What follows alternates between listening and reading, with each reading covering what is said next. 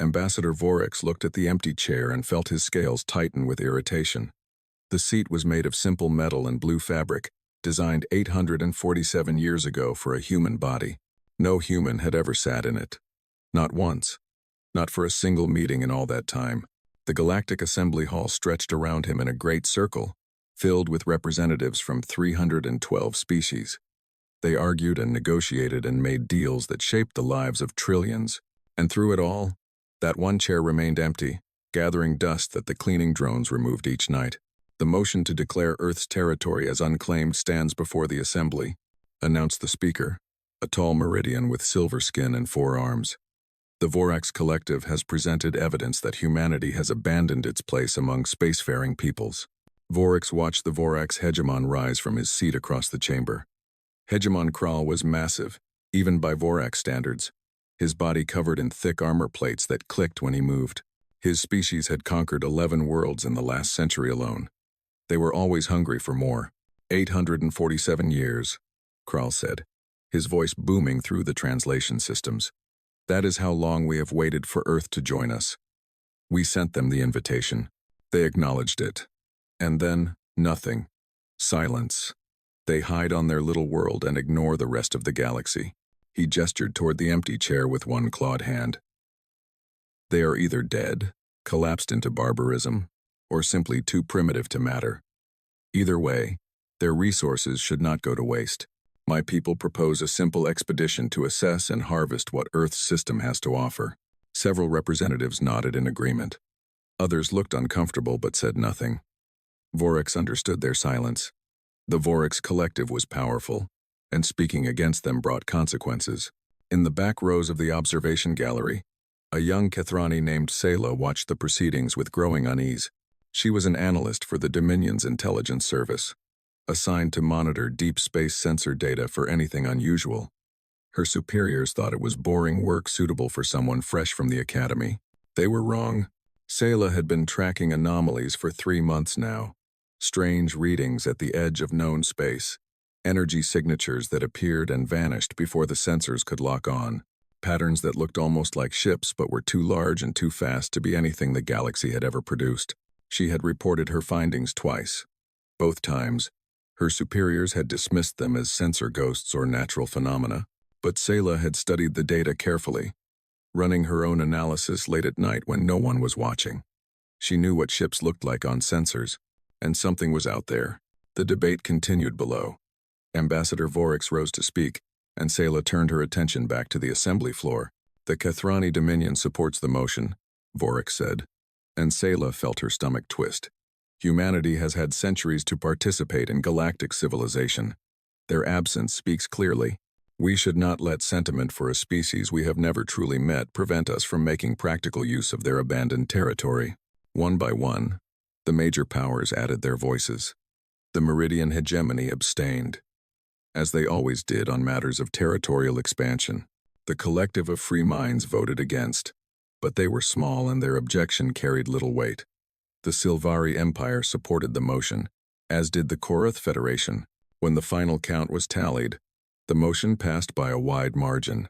The Vorax hegemon smiled, showing rows of sharp teeth. We will dispatch a resource assessment fleet immediately, Kral announced. Within 1 standard year, we will begin extraction operations.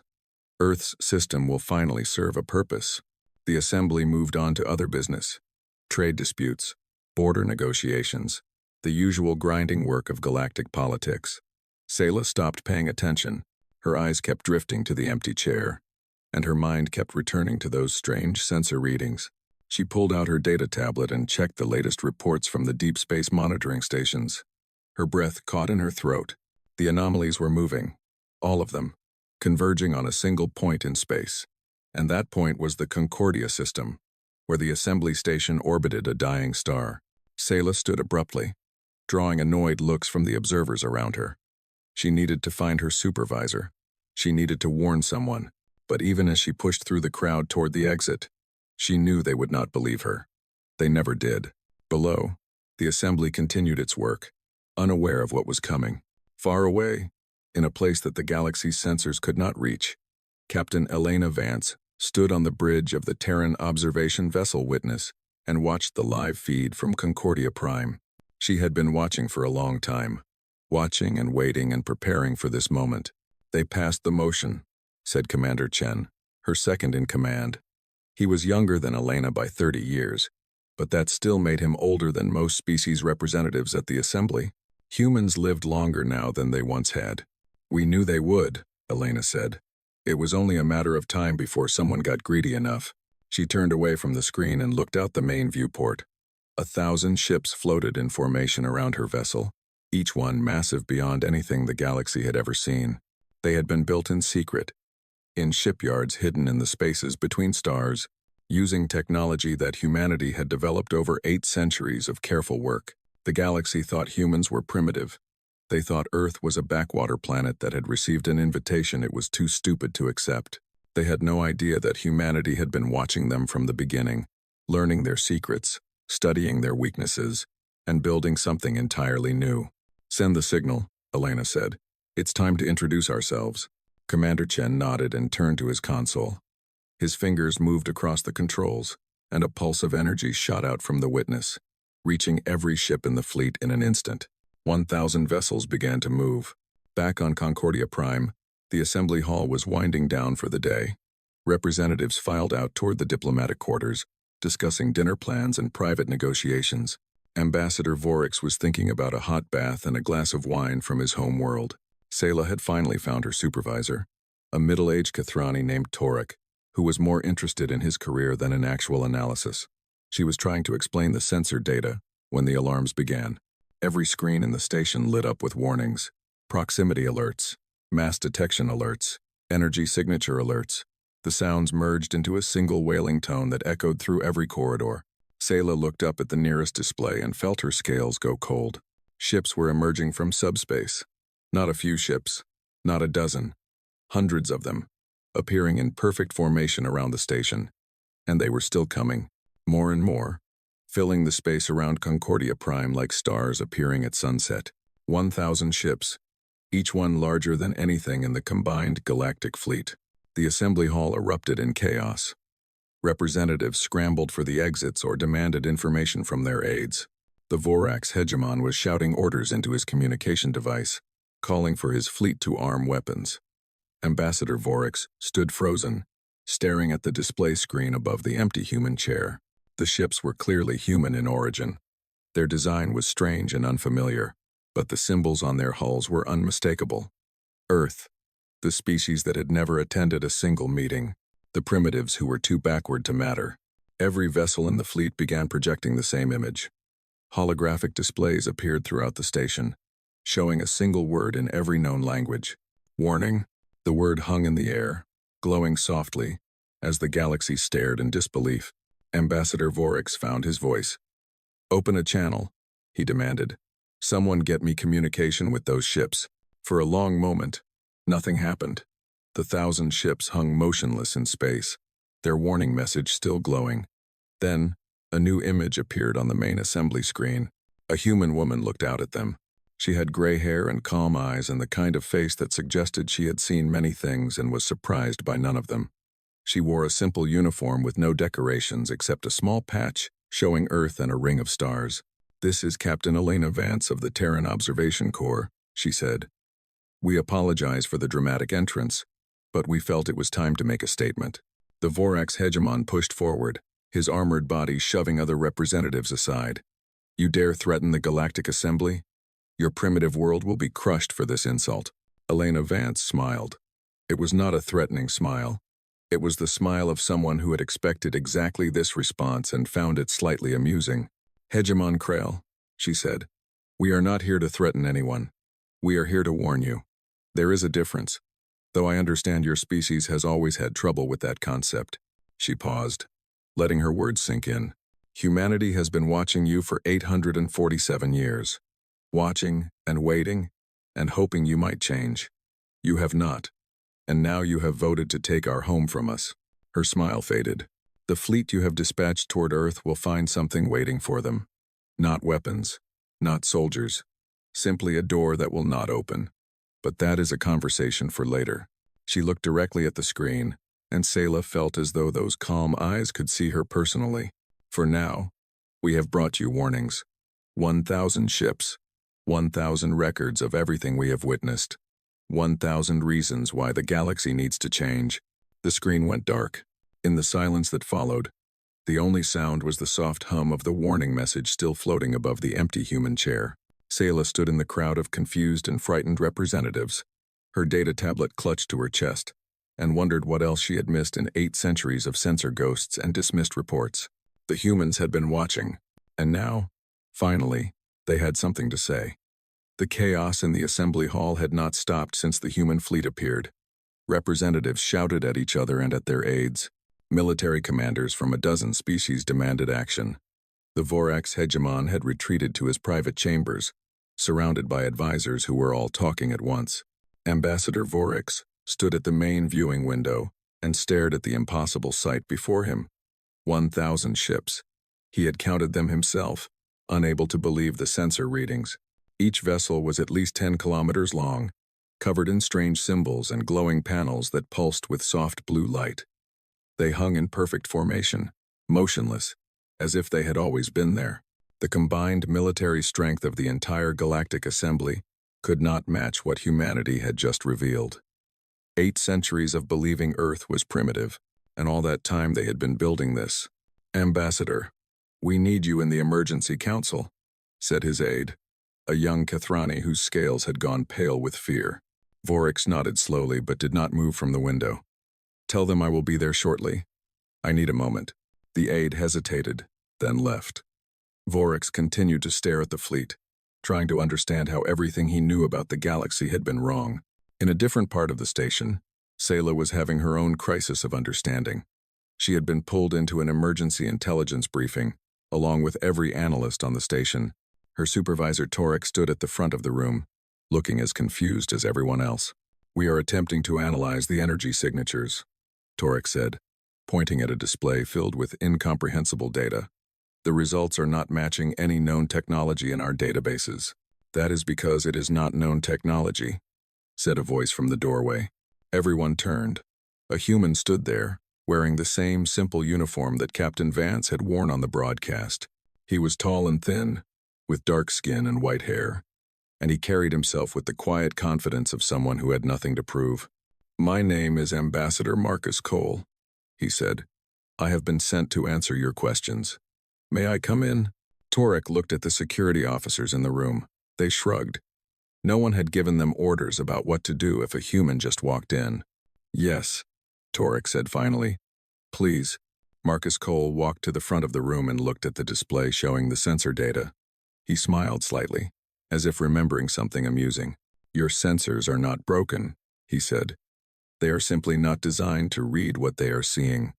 Our ships use a power source that your technology cannot detect properly. That is why your people have been calling them sensor ghosts for the past few decades."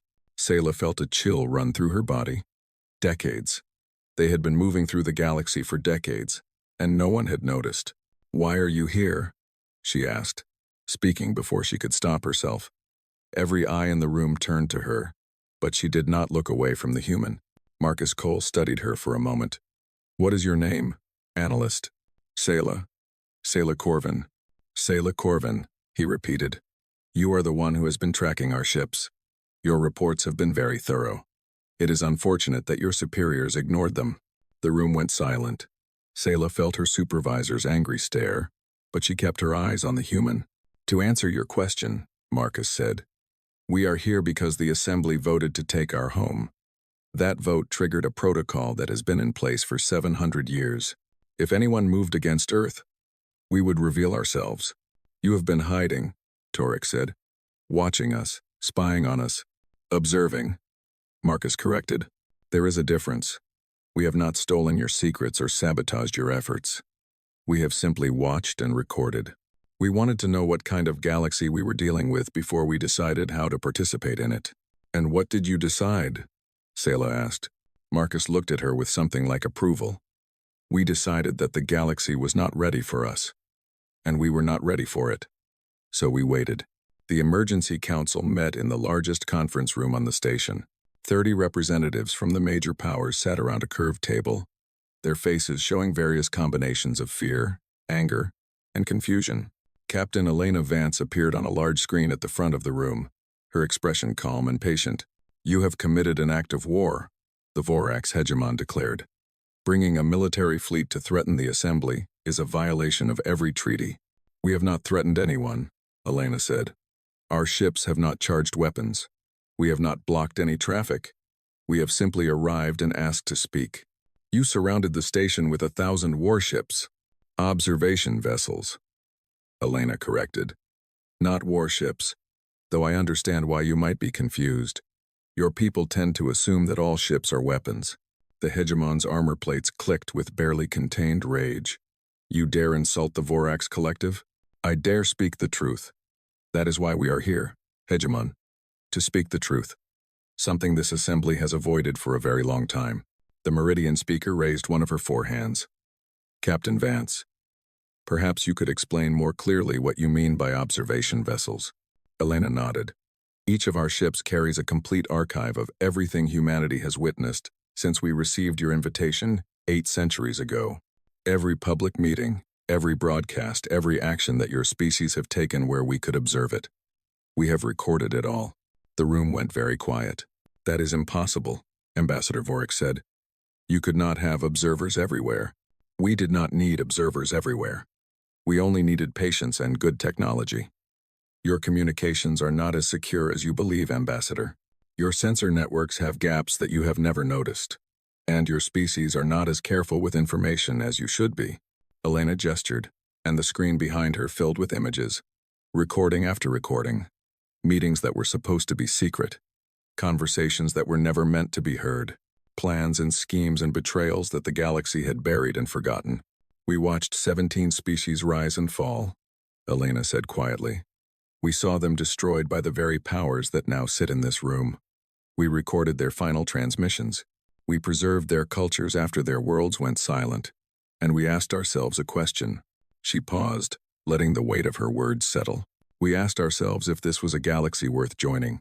And for 800 years, the answer was no."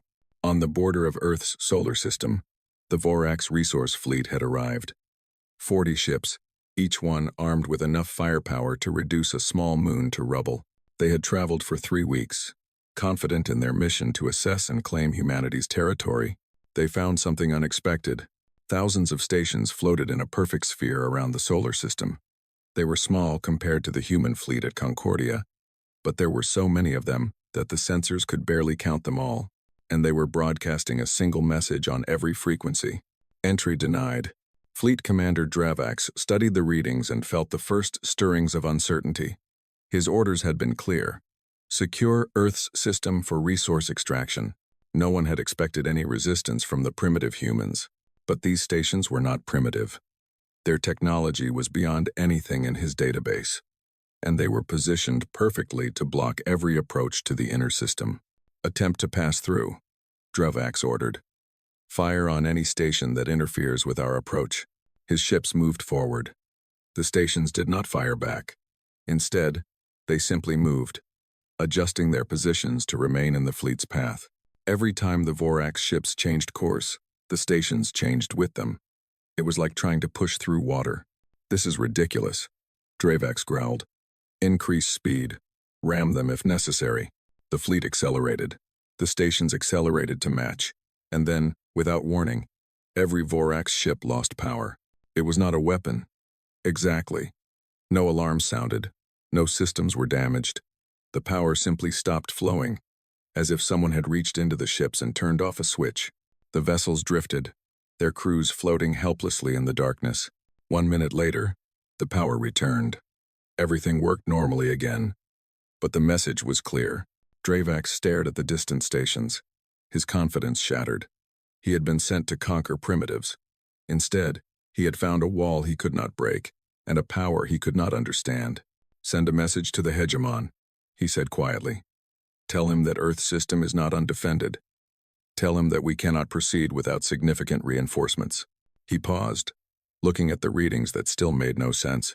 "Tell him that we have badly underestimated these humans." Back on Concordia Prime, the Emergency Council had descended into argument. Representatives shouted at each other, blamed each other, demanded action that no one knew how to take. Only Elena Vance remained calm, watching the chaos from her screen with patience that had been built over centuries. Sayla had slipped into the council chamber, standing against the back wall where no one would notice her. She watched the human captain's face, trying to understand what she saw there. It was not triumph. It was not anger. It was something sadder and more complicated. Disappointment, Sayla realized. Captain Vance was disappointed in them. The chaos was interrupted by a signal from the Vorax fleet. Commander Dravax's report echoed through the chamber, describing the failed attempt to enter Earth's system. The hegemon's face went gray as he listened. "They disabled our ships without firing a weapon," he said when the transmission ended. "How is that possible?" "It is possible because we have had 800 years to prepare," Elena said. "We knew this day would come eventually. We knew that someone would try to take what was ours. So we built walls that cannot be broken and doors that cannot be forced." She leaned forward, her calm eyes sweeping across the council. "But we did not build weapons to conquer you. We have no interest in conquest. We have only ever wanted one thing from the galaxy." "What?" Ambassador Vorax asked. "We wanted you to be better," Elena said simply. "We watched you repeat the same mistakes over and over. We watched you destroy species that could have been allies. We watched you build an assembly that claims to represent everyone but only serves the powerful." She shook her head slowly. "We missed every meeting because meetings were not changing anything. The same powers made the same decisions, and the galaxy stayed the same. So we watched, and we waited, and we hoped that someday you might choose a different path." The council chamber was silent. Even the Vorax hegemon had no response. "Our ships will remain here," Elena continued. "They carry warnings, not threats. Warnings about what we have seen. Warnings about what happens when civilizations choose conquest over cooperation. Warnings about the future you are building for yourselves." She stood, preparing to end the transmission. "The archives are open to anyone who wants to learn. The truth is available to anyone willing to face it. What you do with that knowledge is up to you." The screen went dark. Sayla stood in the silence that followed, surrounded by the most powerful beings in the galaxy, and realized that everything was about to change. The humans had finally spoken. Now the galaxy had to decide whether to listen. 3 days had passed since the human fleet arrived at Concordia Prime. 3 days of confusion and argument and secret meetings that were no longer secret. The 1,000 ships still hung in perfect formation around the station, their blue lights pulsing gently against the darkness of space. Ambassador Marcus Cole had set up an office in a small room near the diplomatic quarters. The line of visitors stretched down the corridor, representatives from minor species who wanted to ask questions, analysts who wanted to study human technology, and curious individuals who simply wanted to meet the people who had been hiding for 8 centuries. Sayla waited in that line for 6 hours before her turn came. She entered the small room and found Marcus sitting behind a simple desk, looking tired but patient. He smiled when he saw her. "Analyst Corvin," he said. "I wondered when you would come." "I have questions," Sayla said. "Everyone does. Please, sit." She sat in the chair across from him and tried to organize her thoughts. There was so much she wanted to know, so much that did not make sense. "Why did you really stay hidden?" she asked finally. "You said you were waiting for the galaxy to change, but 800 years is a long time to wait." Marcus was quiet for a moment, studying her face. "That is a good question. Most people ask about our technology or our military strength. You ask about our reasons." He stood and walked to the window. Outside, the nearest human ship was visible, its massive hull blocking out the stars. "In the early days, we did attend the assembly. Not officially. We sent observers disguised as members of other species. It was not difficult. There are many humanoid species in the galaxy, and no one looks too closely at minor delegates." Sayla felt a chill. "You were there? In the room?" "Many times. We watched the debates. We learned how the power structures worked. We saw how new species were welcomed into the community." He turned back to face her. "Do you know what happens to most new species when they join the assembly?" Sayla thought about her training, the official history she had learned at the academy. They are given territory, trade agreements, access to galactic technology. That is what the official records say. But we saw something different. We saw new species stripped of resources, forced into unfair agreements. Their best technology taken and their people exploited. The assembly does not welcome new members. It absorbs them. That is not true, Sayla said, but her voice lacked conviction. She had seen things in her work, reports that did not match official statements, data that was quietly deleted. You know it is true, Marcus said gently. You have seen the evidence yourself. You simply did not want to believe it. He sat back down and folded his hands on the desk. We realized very quickly that joining the assembly would destroy us. Humanity was young and weak compared to the established powers. We would have been divided up, our resources taken, our people scattered across the galaxy as cheap labor. So we made a choice. To hide, to prepare. There is a difference. Sela thought about the fleet outside, the impossible technology, the centuries of patient work. How did you do it? How did you build all of this without anyone noticing? Marcus smiled. We are very good at being underestimated. Your species sees a primitive world and assumes there is nothing worth looking at. You did not bother to scan Earth too closely. You did not send probes into our system. You simply wrote us off and forgot about us. And while we forgot, you were building, learning, growing. We developed new power sources that your sensors cannot detect. We created ships that move through subspace faster than anything in the galaxy. We built defensive systems that can disable a fleet without firing a single weapon. He leaned forward, his expression serious. But we also did something else, something that matters more than any technology. What? We watched, we recorded, we preserved. 17 species were destroyed during our time of observation. Entire civilizations wiped out because they had resources the major powers wanted or because they refused to submit to exploitation. The galaxy erased them from history. We made sure they would not be forgotten. Sayla felt something tighten in her chest. The archives. That is what Captain Vance meant. Yes, every ship in our fleet carries the complete history of those lost species. Their art, their music, their science, their stories. Everything that made them unique. We saved what we could. Why? Marcus looked at her with something like sadness. Because no one else would. Because the galaxy was too busy fighting over territory and resources to care about preserving what was being destroyed. And because we hoped that someday, someone would want to know the truth. He gestured toward the window. Now that day has come. The archives are open. Anyone who wants to learn can access them. The question is whether the galaxy is ready to face what it has done.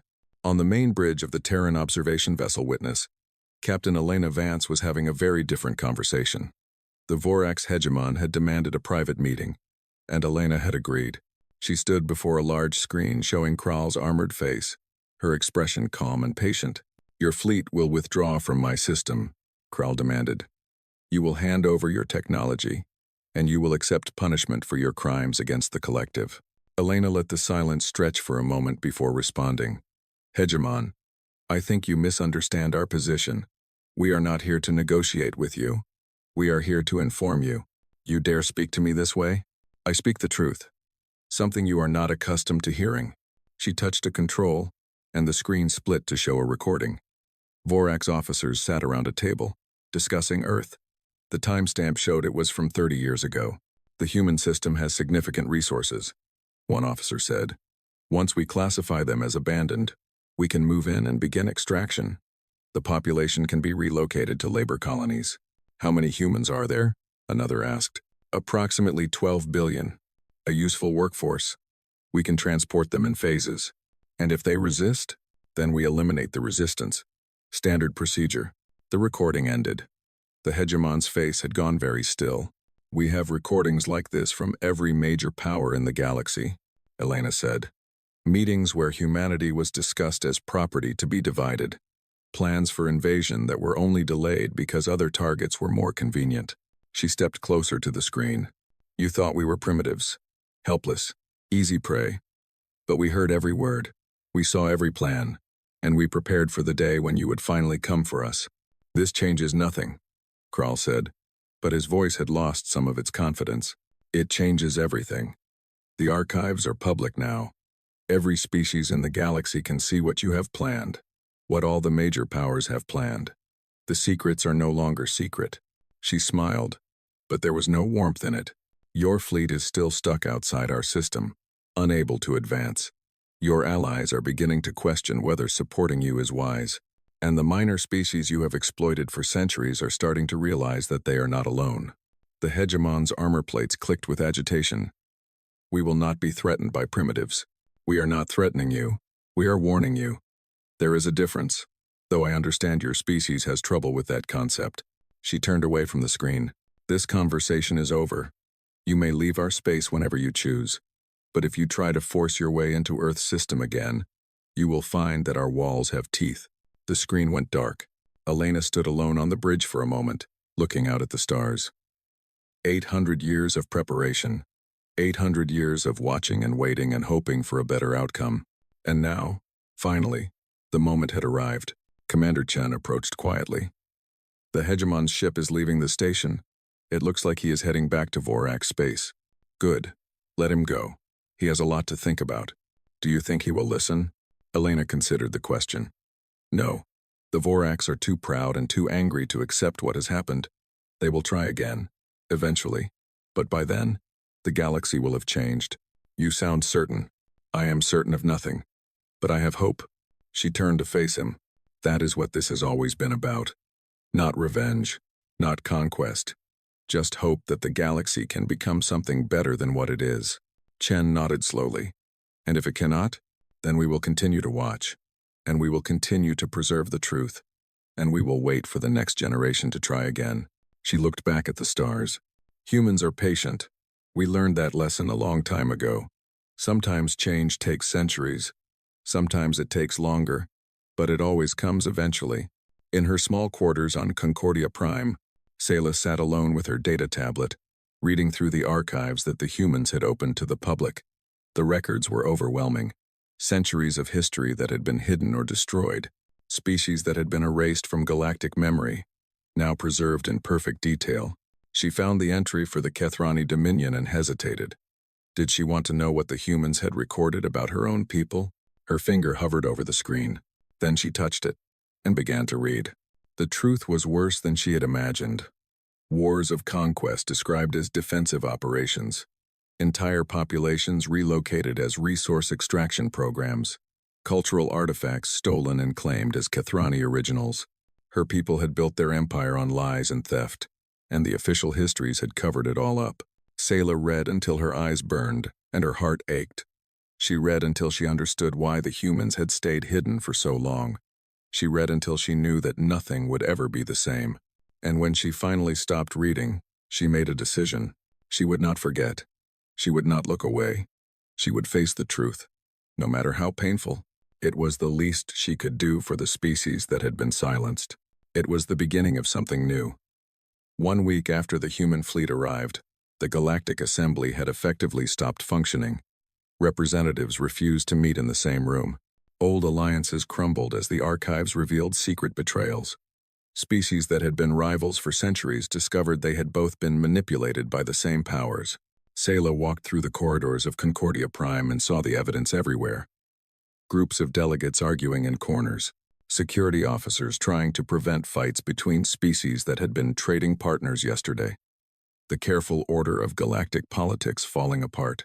She found Ambassador Marcus Cole in his small office, meeting with a delegation from a species she did not recognize. They were small creatures with bright feathers and quick movements, and they spoke in rapid chirping sounds that the translation system struggled to process.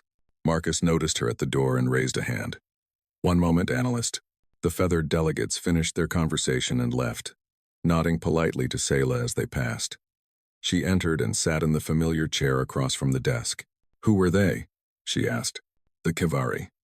Their world was conquered by the Silvari Empire 2 centuries ago. They have been living as laborers on their own planet ever since. Marcus looked tired, but there was something warm in his expression. They wanted to thank us for preserving records of their original culture. Most of it was destroyed during the conquest. The archives, Sayla said.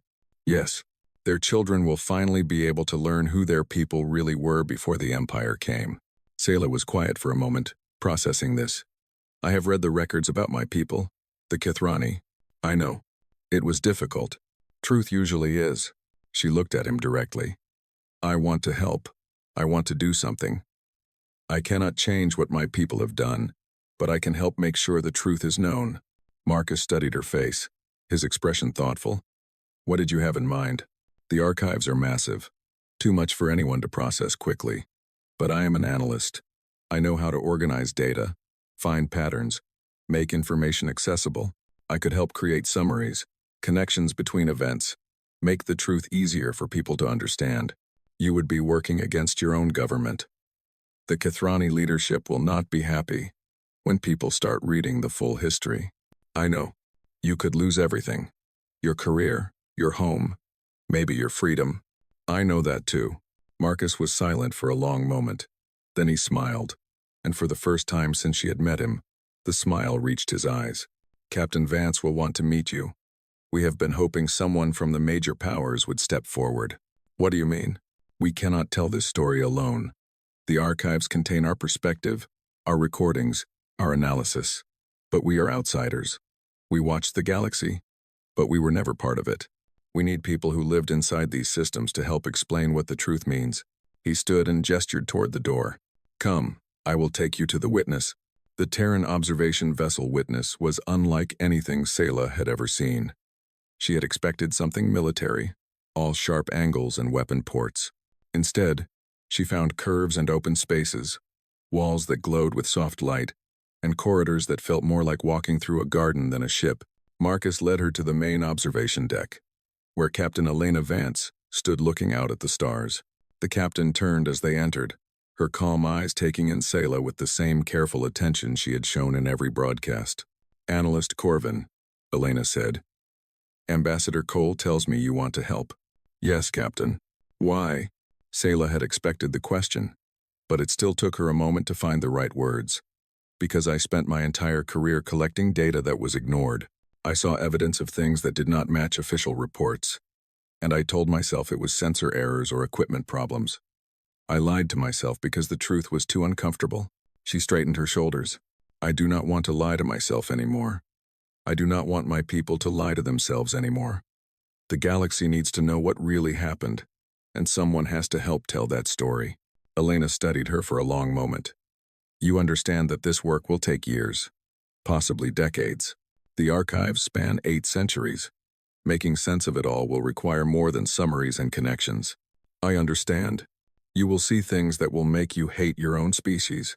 You will learn about atrocities that were committed by people who are still celebrated as heroes. Are you prepared for that? Sayla thought about the records she had already read, the conquest programs, the cultural destruction, the lies that had shaped her entire understanding of galactic history. I have already begun, she said. I cannot stop now. Elena nodded slowly. Good. Then welcome to the Terran Observation Corps, Analyst Corvan. You are the first non-human to join our ranks. She extended her hand in a gesture that Sayla recognized from the archives. A human greeting, offered between equals. Sayla took it, far away. In the Vorax home system, Hegemon Kral was having a very different kind of meeting. His council of advisors sat around a massive stone table, their faces grim. The news from Concordia had spread faster than anyone expected, and the reaction had been severe. 3 of our vassal worlds have declared independence, the military commander reported. They are citing the human archives as justification, records of how we conquered their ancestors. Those records are lies, Kral growled. Human propaganda. The records include our own communications, Hegemon, our own voices, our own faces. They are not easy to dismiss. Then we destroy the ships that carry them. We burn the archives before they can spread further. The council was silent. No one wanted to speak the obvious truth. Finally, the eldest advisor, a scarred veteran named Vorak, found his voice. The humans have disabled our fleet without firing a shot. They have revealed secrets we thought were buried forever. They have technology beyond anything we can match. He looked directly at the Hegemon. If we attack them again, we will lose. And this time, they might not show mercy. The Vorax do not accept defeat. Then we will be destroyed. Just like the species whose records fill those archives. Kral slammed his fist on the table, cracking the ancient stone. But he did not have an answer. For the first time in his long life, he faced an enemy he could not intimidate and could not defeat. The silence stretched on. On the witness, Sayla was given a small cabin and access to the archive systems. She spent her first night reading through the organizational structure, learning how the humans had categorized 8 centuries of galactic history. It was overwhelming. Millions of records, thousands of hours of recordings, billions of documents that had been collected, preserved, and cross-referenced.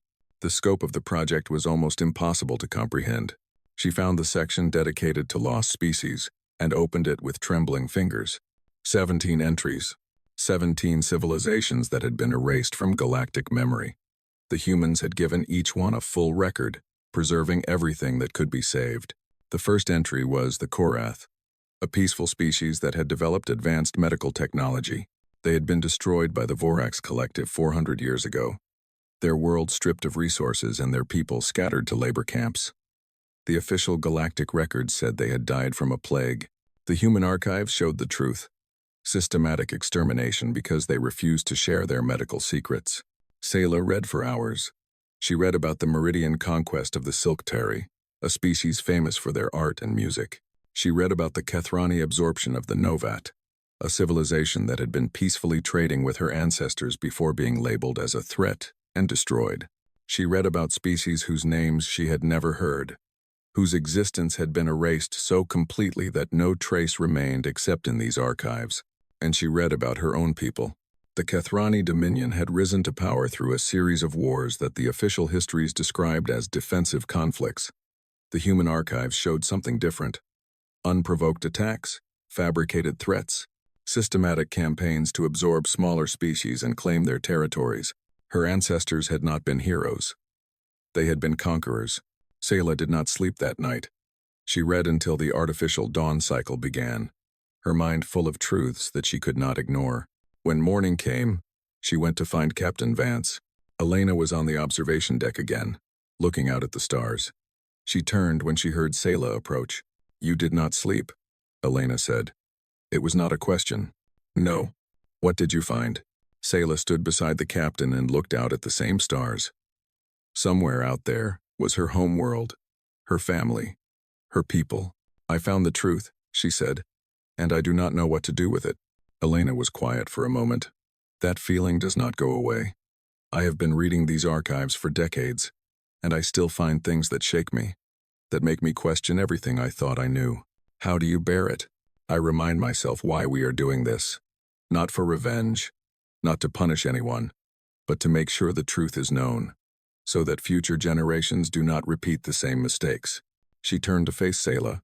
"The galaxy has been lying to itself for a long time, telling stories about heroic civilizations and necessary wars and progress that required sacrifice. Those stories made the powerful feel justified and the victims disappear, and the archives destroy those stories.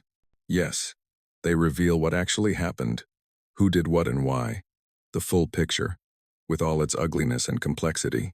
Elena looked back at the stars. "Some people will refuse to accept it. They will call it propaganda, or lies, or human manipulation. But others will listen. Others will read the records and face the truth. And slowly, over time, the stories will change." "You really believe that?" "I have to believe it. We all have to believe it. Otherwise, what was the point of 800 years of watching?" Sayla thought about the records she had read. The lost species, the hidden atrocities, the lies that had shaped galactic civilization. And she thought about the future, about the Kivari, finally learning their own history, about the vassal worlds of the Vorax, finding courage in the truth, about all the species that had been silenced, finally having their stories told. "I will help," she said. "I will help tell the truth, no matter how long it takes." Elena smiled. "Good. Then let us get to work." They stood together on the observation deck, 2 individuals from species that had never met, united by a commitment to something larger than themselves. The truth was just beginning to spread, and nothing would ever be the same. 1 month had passed since the human fleet arrived at Concordia Prime. The old Galactic Assembly was dead. Its halls stood empty, its representatives scattered to their home worlds to deal with the chaos the archives had unleashed. The system that had ruled the galaxy for thousands of years had collapsed in a matter of weeks, but something new was growing in its place. Captain Elena Vance stood on the observation deck of the Witness, watching a gathering that would have been impossible just weeks ago. 37 species had sent delegates to meet aboard the human flagship. Not the major powers, not the conquerors. These were the minor species, the exploited worlds, the civilizations that had survived by keeping their heads down and hoping not to be noticed. Now they were standing together, and they were talking. Ambassador Marcus Cole approached and stood beside her. The first session went well, better than I expected. What are they discussing? Mutual defense, trade agreements, shared cultural preservation, all the things they could never talk about before because the major powers would have crushed them. Elena nodded slowly. It is a start, more than a start. The Kivari have offered to share their pre-conquest agricultural technology. The Meridian dissidents want to contribute their art archives. Even a few Vorax officers have reached out, offering to add suppressed records of their own government's crimes. Vorax officers? Junior ones. Young people who grew up hearing stories about Vorax glory, and then read the truth in our archives. They are angry. They feel betrayed by their own leadership. Elena thought about that. 800 years of watching, and she had never expected this. She had prepared for war, for resistance, for a long struggle against powers that would never accept the truth. She had not prepared for allies emerging from inside the enemy's own ranks. What do they want? She asked. The same thing everyone wants. A chance to build something better. In the main conference hall, Sayla was leading a presentation. She had spent the past month organizing portions of the archives into accessible formats, creating summaries and timelines that helped newcomers understand the scope of what the humans had preserved. Today, she was showing a group of Kivari delegates the records of their own civilization before the conquest. The small feathered beings sat in silence, watching images of cities that no longer existed, listening to music that had been forbidden for generations, reading words in a language their children had been taught to forget. One of them, an elder whose feathers had gone gray with age, began to weep quietly. I never thought I would see this, she said, her voice barely a whisper. My grandmother used to hum songs from the old days. She was punished if the overseers caught her. She told me the songs would be lost forever. Sayla paused the presentation and knelt beside the elder. They were not lost. The humans preserved them. Every song, every story, every piece of art they could find. Why? We are nothing to them. We have nothing to offer. Because the truth matters. Because your history deserves to be remembered. The elder looked at Sayla with something like wonder. You are Kathrani. Your people did things like this too. Yes, we did. And I am here to help make sure the truth is known about all of it. Even the truth about your own people? Sayla hesitated for only a moment. Especially the truth about my own people? The elder reached out and took Sayla's hand. Her grip was surprisingly strong. Then perhaps there is hope after all. The Minor Species Council, as it came to be called, met every day for a week. They drafted agreements, shared resources, and began planning for a future that none of them had dared to imagine. The human ships provided security, their presence a silent promise that the major powers could not simply crush this new movement. But the major powers were not idle. The Vorax hegemon had retreated to his fortress world, surrounded by his remaining loyal forces. The archives had cost him 3 vassal systems and half his council, but he still commanded the most powerful military in the galaxy. And he was planning. The Kathrani Dominion had gone quiet. Its leadership in emergency sessions as they tried to decide how to respond to the revelations about their history. Some factions wanted to deny everything. Others wanted to make peace with the humans before more secrets were revealed. The government was paralyzed by internal conflict. The Meridian hegemony had fractured. Reform movements were rising in a dozen systems, demanding accountability for past crimes. The central government was losing control, and through it all, the human fleet remained in position, watching and waiting.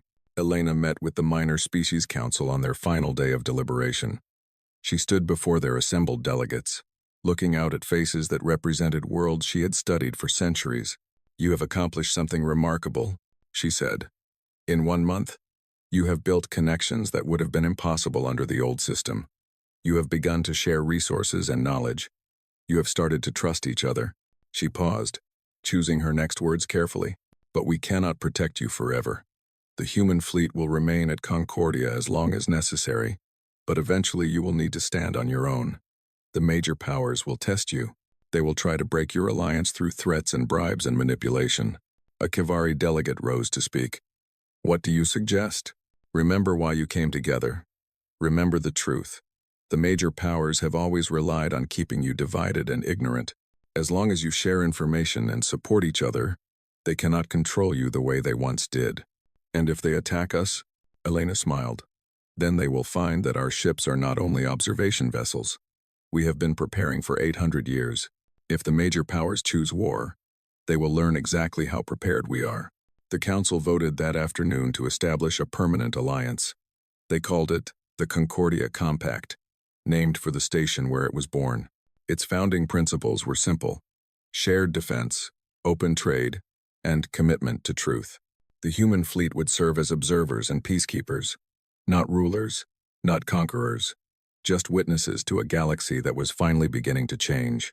6 months later, Sayla stood on the observation deck of the Witness and watched the first anniversary celebration of the Concordia Compact. Ships from 43 species had gathered around the station, their lights creating a display that rivaled the stars themselves. Captain Vance stood beside her, looking older but somehow more at peace than when they had first met. You have done well, Elena said. The archive project you designed has become the standard for historical education across the compact worlds. It was not just me. The team has grown. We have historians and analysts from a dozen species now. But it started with you, a Kethrani analyst who chose truth over comfort. Sayla watched the lights and thought about everything that had happened. Her family had disowned her when she refused to return home. Her government had labeled her a traitor. She had lost her career, her reputation, and her place in Kethrani society. But she had gained something else. Purpose, community, a chance to help build something better. I received a message today, she said, from my sister. She has been reading the archives. She wants to understand. That is progress. It will take time. My people have a lot to process. Humanity had centuries to prepare for this moment. We cannot expect the rest of the galaxy to change overnight. They stood in comfortable silence, watching the celebration unfold. What happens now? Sayla asked. The compact is stable. The major powers are too divided to threaten us. What does humanity do next? Elena smiled. We keep watching. We keep preserving the truth. And we wait. For what? For the day when watching is no longer necessary. When the galaxy has learned to be honest with itself. Do you think that day will ever come? Elena looked out at the gathered ships, the representatives of species that had been enemies for centuries, now working together toward common goals. I do not know, she admitted. But for the first time in 800 years, I have hope. Far away, in the archives of the Witness, a new entry was being recorded. The first history of the Concordia Compact, written by humans and non-humans together, documenting the birth of something that had never existed before. A community built on truth instead of lies. A future built on cooperation instead of conquest. A galaxy that was finally learning to be better. The human fleet remained in position around Concordia Prime, their lights steady against the darkness. 1,000 ships, 1,000 warnings, 1,000 promises that the truth would never again be forgotten. And somewhere in the vastness of space, on a small blue world that had been underestimated for so long, humanity continued to watch. They had been patient for 8 centuries. They could be patient a little longer, because change was finally coming. And this time, they would not face it alone.